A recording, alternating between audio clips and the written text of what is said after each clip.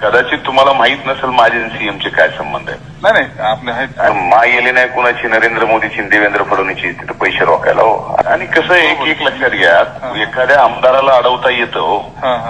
विरोधी पक्ष नेत्याच्या संस्थेला त्यांना अडवता येत नाही, कारण त्यांचं असं होतं.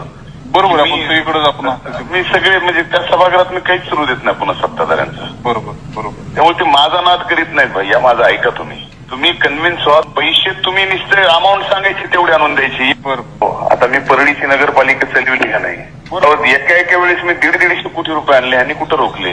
बरोबर. पण हे यांचं खातंही आमच्या बहिणीचं किती दिवस राहील ग्रामविकास हेही तुम्हाला मी सांगतो, काही खरं नाही. याच्या उपर मी पुढे कसं काय घडतं हे आज कसं आपल्याला सांगता येणार नाही. बऱ्याच जुळवाजुळवी व्हायला लागल्यात वरच्या लेवलवर. त्याच्यामुळे आता समजून घ्या, तुम्हालाच सगळं बघायचं आहे आणि सगळ्यांनी खाली काम केलं तर आम्ही आपलं बोंबलं फिरतो वर राज्यात घोडे लावीत सगळ्याला. बरोबर. आणि खाली बघा सगळं, फक्त खाली आम्हाला बघायची